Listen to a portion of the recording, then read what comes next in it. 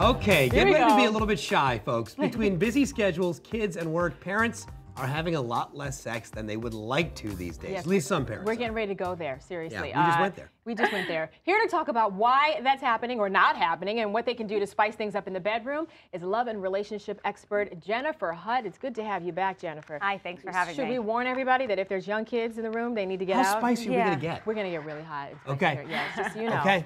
Just so you know, but it's good to have you back, though. Why do you like to talk about this subject in particular? Is Oh my a lot of people gosh. saying that they're not having sex? Yeah, I think everybody goes through times when the sex isn't as exciting as it was. And if you're in a long-term relationship, you have to keep figuring out ways to keep it going. Okay. I think having the conversation about it is really difficult. Why should people that have been together for a long time, they can talk about absolutely anything. You know the most awful, intimate, gross things about each other. But when it comes to discussing sex, people just shut off.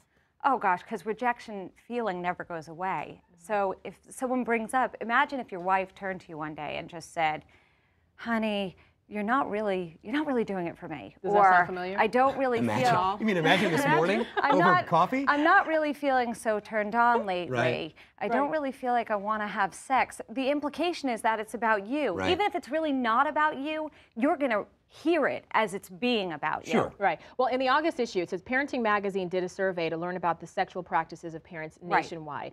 What did they ask? What did they find? What were the general results of the survey? Well, basically, I think what they found is that parents are giving up sex in exchange for more sleep, which, because everybody's so tired. Yeah. But the way I look at it is how much time does sex really, really take? Okay, here we go with the get the kids. Let's start with that. I mean, Well, I it understand. depends on certain couples, right? Listen, it depends on certain couples. It depends on alcohol content to the evening. Right. How long I get is it. sleep? How much foreplay there is. How much foreplay there is. There are nights that, or days where there's a quickie and it's over in what? Right. 10, 12, 20 minutes? And then there are nights of marathon sex. But really, the marathon sex doesn't happen very often. So if you have to give up 20 minutes of sleep to have sex and be connected to the person you're with, why not do that? I think one of the other things I did see in the survey was that especially women were really self-conscious about their bodies. And that's what slowed down the time in the bedroom, right? More so with women than men?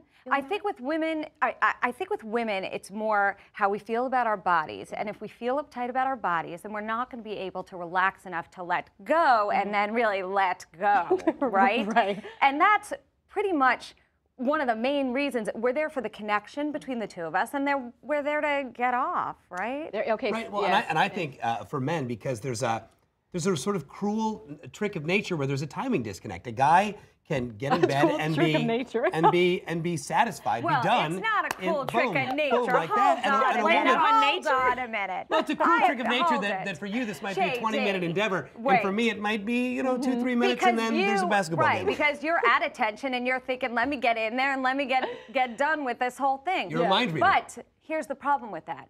The more often it happens in that way, the less likely your wife is going to want to have sex with you, because she's going to know that you're just there for the end game. And if you're not there also because you want to make her feel good, then she's going to resent you for that, and then she's not going to want to put out. It's like everybody has to change their mindset. Session. I know, right? I feel like I just got scolded. And lay down. Oh, we're going to get counseling in just a second. Don't go away, because when we come back, we're going to get more sex advice from Jenny after the break. What are you going to do? Spice it up. Literally. It might involve that boyfriend of yours that you're flirting with on Facebook.